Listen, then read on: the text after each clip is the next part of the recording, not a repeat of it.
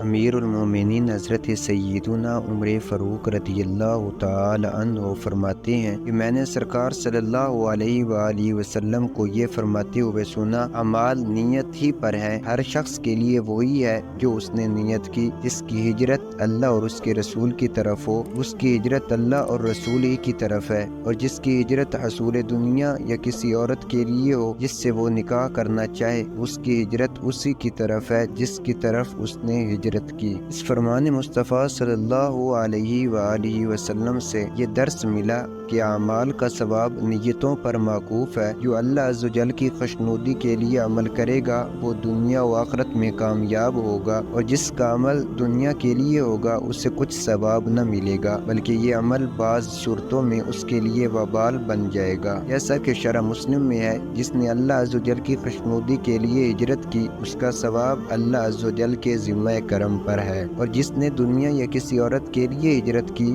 تو وہی اس کا حصہ ہے، اسے آخرت میں کچھ ثواب نہ ملے گا۔ جس نے دکھاوے کے لیے نماز پڑھی اور اللہ عز و جل کی رضا کی نیت نہ کی تو وہ گناہگار ہوگا، الغرض جیسی نیت ویسا صلہ۔ اس حدیث میں نیت کا بیان ہے، اور اسلام کے احکام کی بجاوری تین طرح سے ہوتی ہے: قول سے، فعل سے، نیت سے۔ لہذا نیت ایک تہائی اسلام ہے۔ نیت کبھی خود بھی مستقل عبادت ہوتی ہے جبکہ دوسرے اعمال اس کے محتاج ہوتے ہیں۔ اس لیے فرمایا گیا کہ نیت المومن خیر من عملہ، یعنی مومن کی نیت اس کے عمل سے بہتر ہے۔ حضرت سیدنا ابن مبارک رحمۃ اللہ تعالی علیہ سے مروی ہے کہ ملائکہ اللہ عز و جل کے بندوں میں سے کسی بندے کے عمل کو زیادہ سمجھتے ہوئے لے جا رہے ہوں گے، یہاں تک کہ اللہ عز و جل اپنی سلطنت میں جہاں چاہے گا وہ وہاں پہنچ جائیں گے۔ پھر اللہ عز و جل ان کی طرف وہی فرمائے گا کہ تم میرے بندے کے عمل لکھنے پر مامور ہو، اور میں اس کے دل سے باخبر ہوں۔ میرا یہ بندہ میرے لیے عمل کرنے میں مخلص نہیں تھا، لہٰذا اسے سجین،